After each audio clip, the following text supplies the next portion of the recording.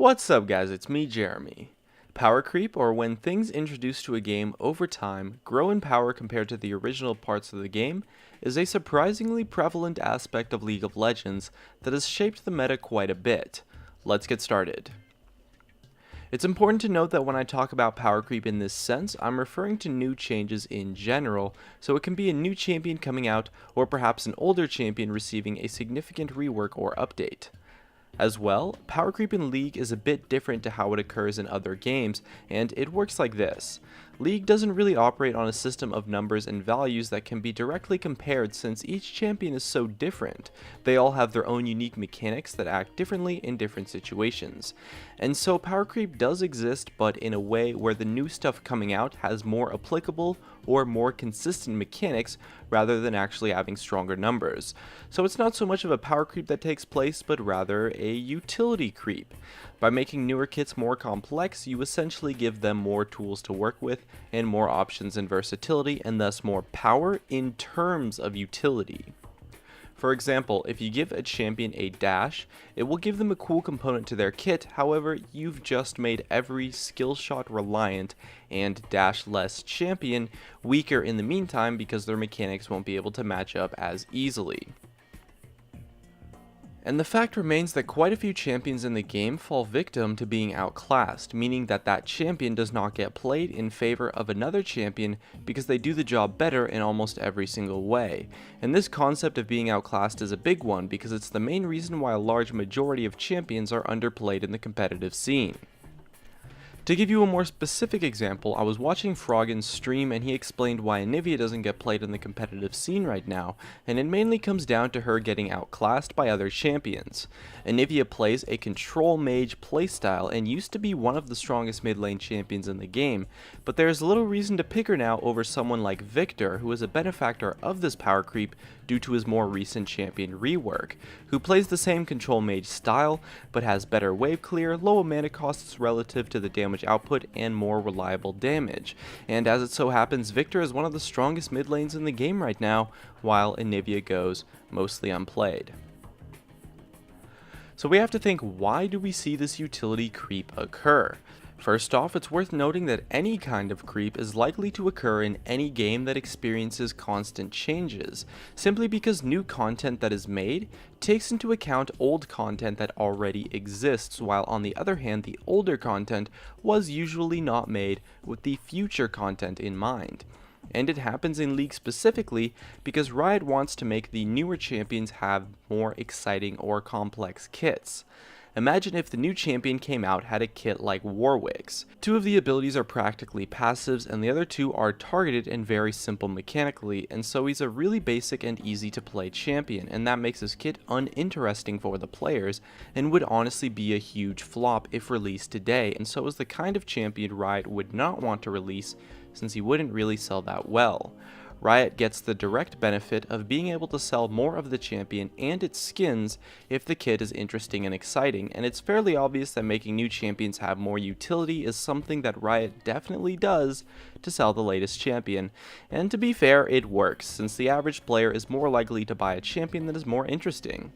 The last champion Riot released who you could objectively consider to have a mechanically simple, low utility, and overall uninteresting kit was arguably Maokai, who was released about 4.5 years ago in February 2011. But honestly, I think this utility creep is pretty much okay, since the game has such a large element of skill involved to it that these more exciting and interesting and more complex kits tend to be reasonably harder to play, and so the power creep tends to not really be noticeable for the solo queue meta and only really applicable to the highest level of gameplay, at least most of the time. However, when it comes to the competitive scene, it is actually quite noticeable, as with a larger pool of champions available, you'd think it'd become easier to innovate the meta and to create new strategies, since you have more champions as a whole available for you to work with, and while that might be true for solo queue, in the competitive scene, it is actually the complete opposite. If you take a look at the table on the screen, you can see that up until the most recent NALCS split, the number of champions played in the game has gone down pretty much every single split, despite more and more champions being readily available to the game. And it seems crazy, but the reason for this is because as you introduce more champions into the game, more and more existing champions are likely to get outclassed by the new meta champions and fall victim to this utility creep. This happens because there's only a limited number of playstyles a champion can play in League, such as control mages, assassins, tanks, supports, etc., and new playstyles are not being introduced due to the way the meta is so heavily refined. So every champion that gets introduced becomes direct competition for a certain playstyle, and if it is strong, suddenly outclasses and makes a large number of champions obsolete. And so overall, I think League suffers from the problem of a lot of champions in the game being outclassed by others. But the thing is that although a lot of champions have similar styles of play, every champion in the game does have something that is unique to their kit. So every champion always has some reason that their utility might be better than others. So it's just all about how consistent and how relevant their utility is to the current meta. A couple changes and the champions that are popular can change completely due to their mechanics becoming more or less relevant. And at the same time, buffs and nerfs also serve as a direct form of combating the creep by making a champion objectively stronger or weaker. And both power and utility creep can happen to champions that already exist in the game through the form of a buff.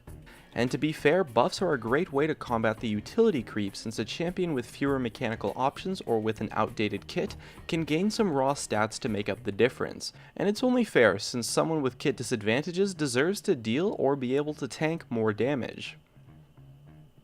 So overall, power creep affects League a ton, since selling new champions and their skins is a huge part of Riot's business model. However, they work to constantly combat this through consistent patching and balance updates. With this balancing, they also manage to keep older champions relevant, allowing them to keep selling as well, albeit at a lower rate. So in the end, Riot wins by quite a lot, and the players get a lot of really fun and unique champions. So, what do you think about power creep in League? Leave a comment and let me know. And that just about wraps it up. If you enjoyed the video, make sure to tap that like button to help support me, as well as you can check out some of the other videos on the screen too. Definitely subscribe for some more awesome content in the future. Thanks for watching, and I'll see you guys next time.